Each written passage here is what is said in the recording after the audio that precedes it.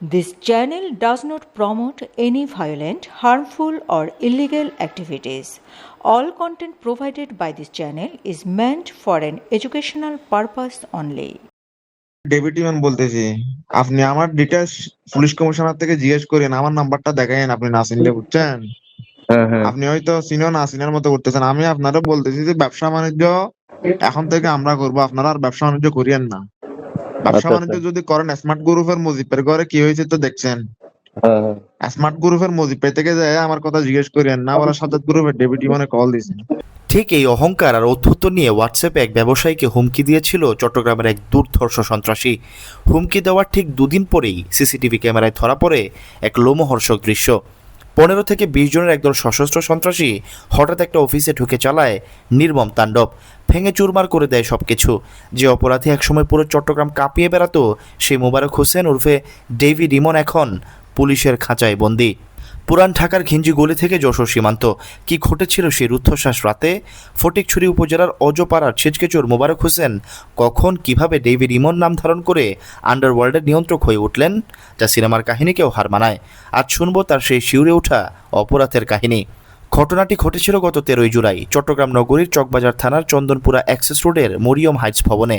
সেখানে ডিডিএন নামে একটি নামকরা ইন্টারনেট সেবাদানকারী প্রতিষ্ঠান রয়েছে। ঘটনার ঠিক দুদিন আগে অর্থাৎ 11 জুলাই প্রতিষ্ঠানটির স্বত্বাধিকারীর হোয়াটসঅ্যাপে আসে একটি কল।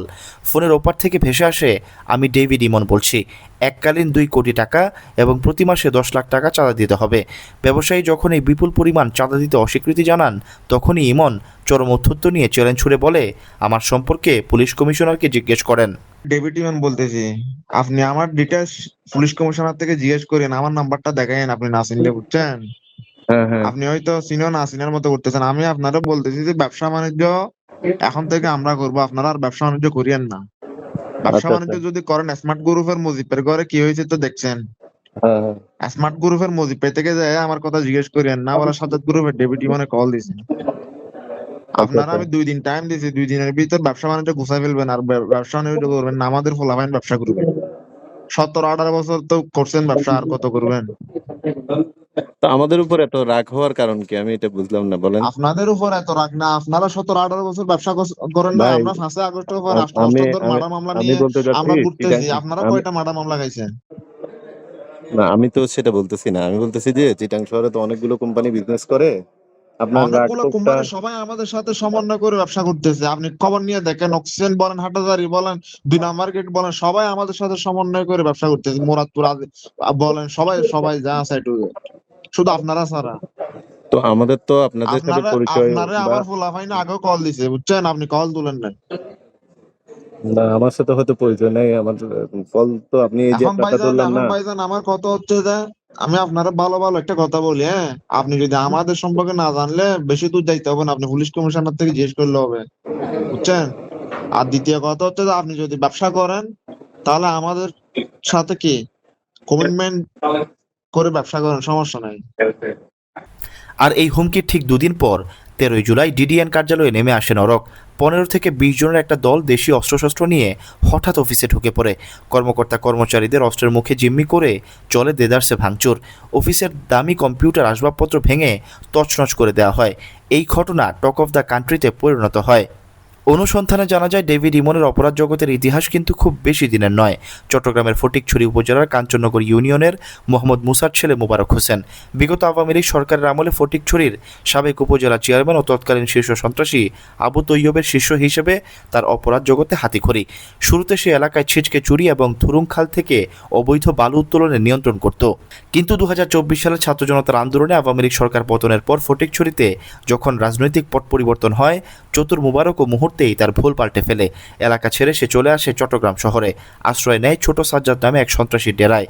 আর তখনই মুবারক থেকে নিজের নাম বদলে সে হয়ে যায় ডেভিড ইমন। ছোট সাজ্জাদের মাধ্যমে দুবাইতে অবস্থানকারী চট্টগ্রামের কুখ্যাত শীর্ষ সন্ত্রাসী 8 মার্ডার মামলার মৃত্যুদণ্ডপ্রাপ্ত শিবির ক্যাডার বড় সাজ্জাদ গ্রুপের সাথে তার যোগাযোগ হয়। কিছুদিনের মধ্যেই যখন ছোট সাজ্জাদ পুলিশের হাতে গ্রেফতার হয়, তখন পুরো বাহিনীর দায়িত্ব অর্থাৎ আন্ডারওয়ার্ল্ডের সেকেন্ড ইন কমান্ডের মুকুট চলে আসে ডেভিড ইমনের হাতে। 2024 সালের 28 আগস্ট চট্টগ্রামের বাকলিয়া থানা এলাকায় আনিস ও মোহাম্মদ হাসান নামে দুই ব্যক্তিকে প্রকাশ্য দিবালোকে গুলি করে হত্যার ঘটনায় প্রথম তদন্তে আসে ডেভিড ইমনের নাম।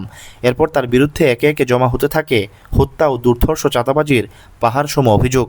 ধরা পড়ার ঠিক 4 দিন আগে ভারত থেকে গোপনে দেশে ফিরে আসে ইমন। গত 26শে জুলাই রাতে চট্টগ্রাম নগরীর অক্সিজেন কুয়াইশ সড়কের ওয়াজেদিয়া এলাকা থেকে সিএমপি পুলিশ একটি বিদেশি পিস্তল ও 4 রাউন্ড গুলিসহ আসিফ ও সাইদুল ইসলাম ওরফে আরিফ নামে ইমনের দুই ঘনিষ্ঠ সহযোগীকে গ্রেফতার করে। মূলত তাদের দেওয়া গোপন ও নিখুঁত তথ্যের সূত্র ধরেই পুলিশ নিশ্চিত হয়ে যায় ইমনের অবস্থান। ইমনও বুঝতে পারে পুলিশ তাকে গ্রেফতারের অভিযান চালাতে তৎপর হয়েছে। এই অবস্থায় পুরান ঢাকা থেকে ভারতে ফের পালিয়ে যাওয়ার জন্য সীমান্ত এলাকা যশোর যায়। নিজেকে আড়াল করতে চুল ও গোঁফ কেটে চেহারায় আমূল পরিবর্তন এনেছিল ইমন। উদ্দেশ্য ছিল আইনশৃঙ্খলা বাহিনীর চোখ ফাঁকি দিয়ে যশোর সীমান্ত পার হয়ে আবার ভারতে পালিয়ে যাওয়া। ডিবির তল্লাশি চৌকিতে যখন তার গাড়ি থামানো হয়, সে অত্যন্ত ঠান্ডা মাথায় নিজেকে পুরান ঢাকার এক সাধারণ শ্রমিক দাবি করে। নিজের ভুয়া নাম বলে মিরাজ। সে ভেবেছিল পুলিশকে সে বোকা বানিয়ে ফেলেছে, কিন্তু ভাগ্য তখন তার সহায় ছিল না। চতুর ইমন মুখে নিজেকে ঢাকার বাসিন্দা দাবি করলেও অভিজ্ঞ পুলিশ অফিসারদের কান এড়ায়নি তার কথা বলার ধরন। পুলিশ তীক্ষ্ণভাবে খেয়াল করে তার কথার পেছনে লুকিয়ে আছে চট্টগ্রামের আঞ্চলিক ভাষার স্পষ্ট টোন। ব্যাস, মুহূর্তেই সমস্ত দম্ভ চূর্ণ হয়ে যায় এই ডনের। নাম কি? মিরাজ। বাড়ি কই? বাড়ি ঢাকা। এই তোর কথা এরকম, আর ঢাকা বাড়ি মানে? স্যার আপনি দেখেন না, আমরা কি অনলাইন। তোর অরিজিন কই তাই বল। বাড়ি কোথায়? অরিজিন বাড়ি স্যার, আমি এখানে চাকরি করি। কই চাকরি করিস? আমি ঢাকা, পুরান ঢাকাতে চাকরি করি। তোর বাড়ি কই সেটা জিজ্ঞাসি। আমার বাড়ি চট্টগ্রাম। ভাষার সেই ছোট্ট একটি টোনেই শেষ পর্যন্ত ফাঁস হয়ে যায় তার আসল পরিচয় এবং খাঁচায় বন্দী হয় পুরো চট্টগ্রাম কাঁপানো এই শীর্ষ সন্ত্রাসী। যে সন্ত্রাসী একসময় বুক ফুলিয়ে বলতো পুলিশ কমিশনারের কাছ থেকে তার নাম জেনে নিতে, আজ সেই ডেভিড ইমন খাঁচায় বন্দী। গুড়িয়ে গেছে তার আন্ডারওয়ার্ল্ড সাম্রাজ্য। দর্শক, এই দুর্ধর্ষ সন্ত্রাসীদের যারা বিদেশ থেকে পরিচালনা করছে, সেই গডফাদারদের কি কখনো আইনের আওতায় আনা সম্ভব হবে? এই দুর্ধর্ষ সন্ত্রাসী কি আইনের ফাঁক দিয়ে বেরিয়ে এসে আবার সন্ত্রাস ও চাঁদাবাজের সাম্রাজ্য গড়ে তুলবে? কমেন্ট করে আপনার মূল্যবান মতামত জানান।